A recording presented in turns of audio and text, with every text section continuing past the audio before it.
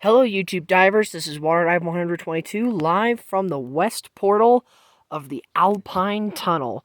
This was the entrance on the west side of the Continental Divide, right near Pitkin or Hancock and Woodstock, all those fun places, Sherrod's Loop, etc. This line was blocked off, was closed right when the tunnel closed in November of 1910. As it says here on this little history board. We've also, so this is where the tunnel started. This is where the trains coming up from right here enter to get to the eastern side of the Continental Divide to reach towns like St. Elmo, for instance, where we were yesterday or Monday, depending on whenever this video gets uploaded. Okay, anyways, so this is a really neat location. It's only this, like, from when you enter the historical site, the historic district. Like, there's a gate right when you pass by the mountains. If you're taking a motorcycle and stuff, you can't go past that point. Only non-motorized bikes and or pedestrians are allowed past that gate. But it is absolutely beautiful. The old engine house is down there. The section house, turntable, the old station's still there. And we're gonna go there right now. So I'll pause the video and we'll catch up over in the old Alpine Tunnel ghost town. So this is the Alpine Tunnel west entrance. Before we continue on, this is where we were. And this hill goes all the way down that way, and I'll zoom into my camera way over there. There we go. That's the old turntable where we will be heading to next. So here we go. And here we have another history board about how this tunnel was constructed. Pretty interesting, I won't lie. And way over there, that was another turntable. And I say another because the old engine house here at the Alpine Tunnel town had a turntable that was about 50 feet in diameter, if my memory serves me right. It's a great location. So check in there. And here we are once again at the old turntable, which is right here. You climb up a little ramp to get to it. Like, this is all that's left of a very old turntable, very old roundhouse. And here you can actually see some of the narrow gauge tracks that went into it. Now we're going to go over those mountains into the ghost town. So we'll check in when we get there. Come on with us. Forgot to mention this little spot right here. Right before we get into the ghost town, this is the ruins of the old tunnel water tank. The only thing that's left is this foundation. Now we're going to the ghost town. And here we are at the old Alpine Tunnel ghost town. So of course we have two sets of narrow gauge tracks that are still here after all these years. Pretty interesting, I won't lie. This, I believe, was the old section house where all the workers would stay. And over here is the old railway station.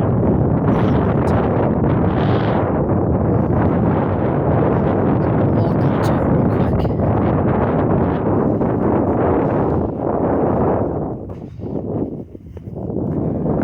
Oh, and it looks like you can even go inside it. So this is the inside of the railway station.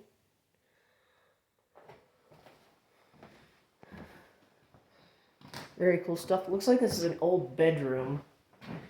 And here, I don't really know what's in this part. But it's really nice in here. Really has aged well over these years. This is where you would register for trains, I believe. And of course, here's the old platform, the old waiting coach. And even a donations bar where you would donate money to help preserve these ruins, really. It's really cool. We're gonna continue along these tracks. Got more ruins here.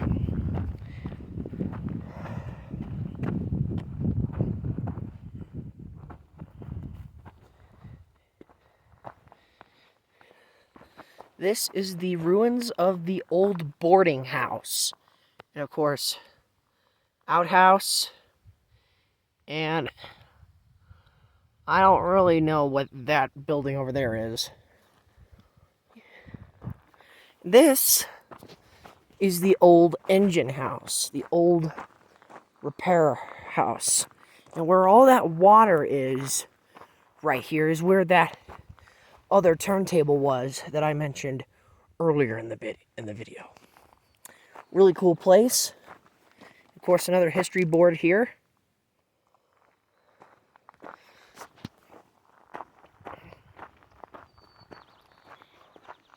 This was a coaling platform where trains can get coal. The tracks would continue down this way. Of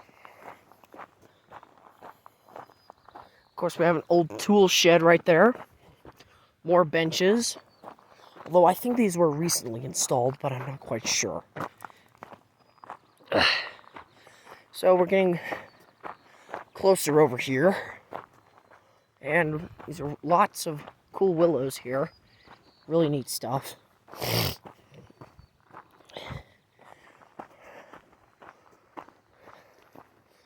We're going to continue to walk down this way. It's very mosquito-like here.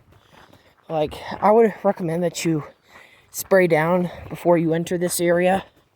Because bugs can buzz around you and it gets really annoying really quick.